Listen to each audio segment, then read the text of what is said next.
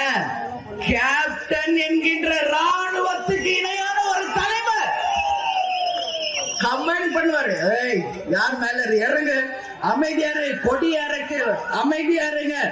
கண்டிப்பாரு. தப்பு அவர் கண் முன்னாடி நனைஞ்சா கண்டிப்பாரு.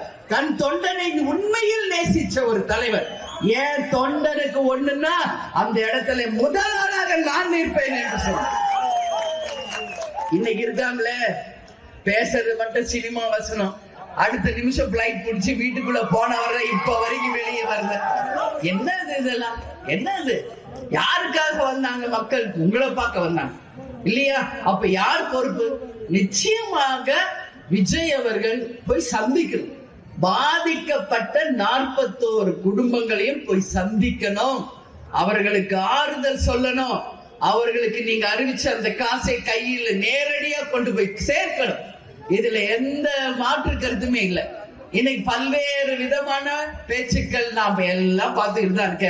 களத்துக்கு நேரடியா போய் மக்களையும் சந்திச்ச, அந்த ரோடையும் நேரடியா பார்த்த. 2 பக்கமும் தப்பு இருக்கு. இதான் உண்மை. கேப்டன் எப்படி உண்மையை சொல்வாரோ தேமுதிக உண்மையை தான் பேசும். யாருக்காக பயப்பட வேண்டிய அவசியம் என்னைக்குமே தேமுதிக கிடையாது. ஒரு பாதுகாப்பு கொடுக்க வேண்டிய அரசும் தன் கடமையில் இருந்து தவறி இருக்கிறது. அதை கரெக்டா பாதுகாத்து கரெக்டா தொண்டர்களை பத்திரமா அனுப்ப வேண்டிய விஜய் அவர்களும் தவறு செய்திருக்கிறார். 2 பக்கமும் தவறு இருக்கு. இந்த 41 உயிருக்கும் தமிழக அரசும் பொறுப்பேற்க வேண்டும். விஜயின் தாவேகா கட்சியும் பொறுப்பேற்று ஆகணும். இதுல மாற்று கருத்து கிடையாது. 41 உயிர் என்ன சாதாரணமா? சொல்லுங்க.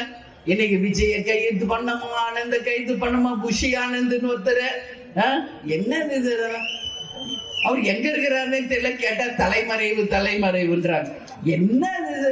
வாங்கல என்ன தலைக்கு கத்தியா வரப்போது? தலைக்கு கத்தியா வரப்போது?